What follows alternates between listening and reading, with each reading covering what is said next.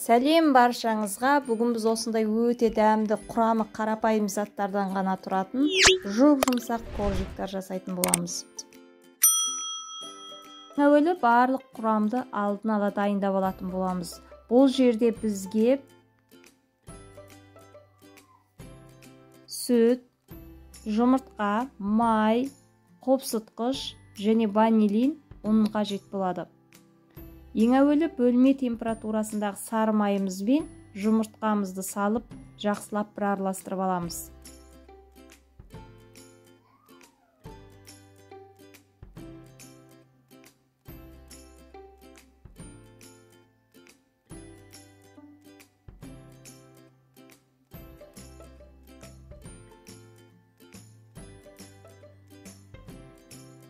Екеуін бір жақсылап араластырып алғаннан кейін ванилин сахар салатын боламыз. Бұл ванилин салу міндетті емес, тек мен дәм беру үшін ғана салдым. Сіздер салмай қойсаңыздар да болады. Бір араластырып жіберіп, жұмыртқамызды да салатын боламыз. Бұл жерде жұмыртқаның 2 ақуызы және 1 сарысы. Екеуін жақсылап тұрып араластырып жіберіп қосамыз.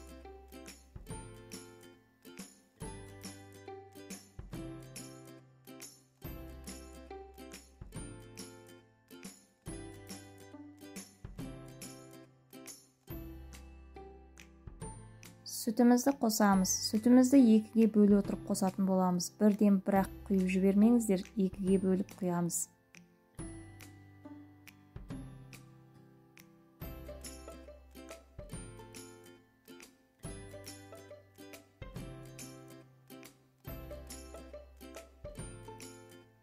Барлығын жақсылап тұрып араластырамыз. Бұл жерде миксер болмаса, беншіктің немесе шанышқының көмегімен де жасауға болады.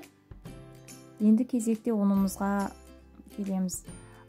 Бұл жерде үкіштен алдын ала өткізіп қойған ұнымызға қопсытқышымызды қосып, екеуін жақсылап бір араластырып алатын боламыз.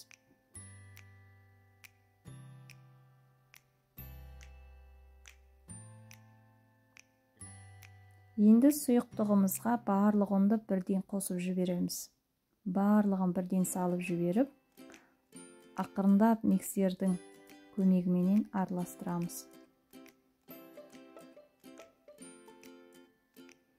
Алдымен қолмен осылай бір кішкене ұнды араластырып жіберуіміз керек, өйткені оны өте құрғақ болғандықтан бірде миксерді қоссаңыздар шашырап кетуі мүмкін.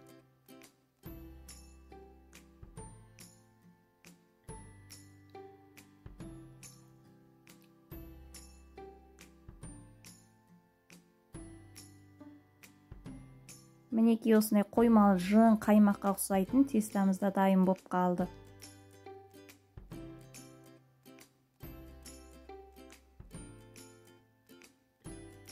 Енді кішкене құрғақ ұн салып барлық ұнымызды түсіріп, ыдысымыздан жақсылап барлығын түсіріп алып, біріктіріп барлығын бір илеп жіберіп, холодильникке 20 минутқа қоятын боламыз.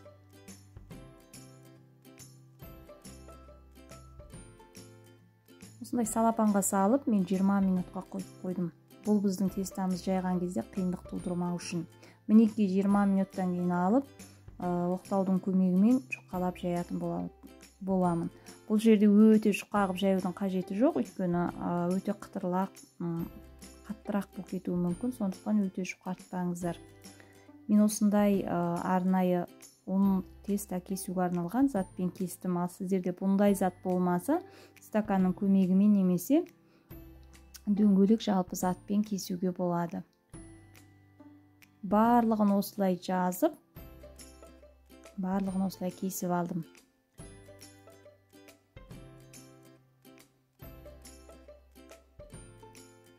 Қиқымдарын жинап алып, тағы да илеп жіберіп, қайтадан жаздым.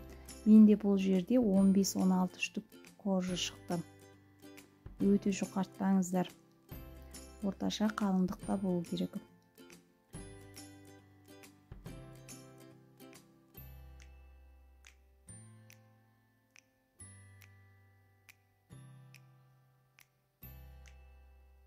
Барлығын дайындап, бетіне бір жұмыртқаның сарысына бір ас қасық сүт немесе су қосып, бетіне жақтым. Бұл біздің коржигіміздің жұмсақ пісуіне және де сары болып әдемі көріну үшін.